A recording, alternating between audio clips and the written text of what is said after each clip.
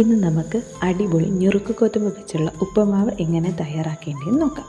അതിനായി ആവശ്യത്തിന് അരി എടുത്ത് കഴുകി കുക്കറിലേക്ക് ഇടുക. എന്നിട്ട് അരിയുടെ സ്വല്പം മുകളിൽ മാത്രം വെള്ളം ഒഴിച്ച് നിർത്തുക.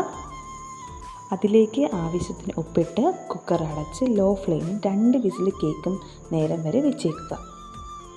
ആ സമയം കൊണ്ട് നമുക്ക് ഏതൊക്കെ വെജിറ്റബിൾസ് വേണമെന്ന് നോക്കാം.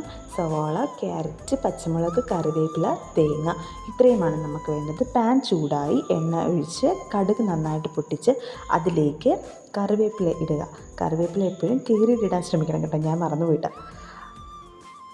അത് നമുക്കൊരു പ്രത്യേകം ഫ്ലേവർ തരുന്നതാണ്. ഇനി അതിലേക്ക് സവാള ഇടുക. സവാള നന്നായി വഴറ്റിയെടുക്കുക. സവാള നന്നായി വഴണ്ട് വരുന്നവരെ നമുക്ക് കുറച്ച് നേരം ഒന്ന് വെയിറ്റ് ചെയ്യാം. പെട്ടെന്ന് വഴണ്ട് വരാൻ വേണ്ടി കുറച്ച് ഉപ്പ് ഇടുന്നത് വളരെ നല്ലതാണ്. ഇനി അതിലേക്ക് നമ്മൾ അരിഞ്ഞ് വെച്ചിട്ടുള്ള ക്യാരറ്റ് ഇട്ട് കൊടുക്കുക. ക്യാരറ്റ്, പച്ചമുളക് ഇത്രയും ഇട്ട് കൊടുത്തതിന് ശേഷം അത് നന്നായിട്ട് മിക്സ് ചെയ്യുക.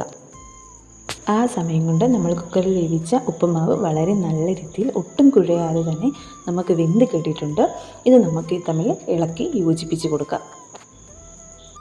ഇനി നന്നായി അത് ഇളക്കുന്നത് കൊണ്ട് വെള്ളത്തിൻ്റെ അംശമെല്ലാം ഉപ്പുമാവിലുണ്ടെങ്കിൽ അത് നന്നായിട്ട് ഡ്രൈ ആയി കിട്ടുവാൻ നമ്മളെ സഹായിക്കും.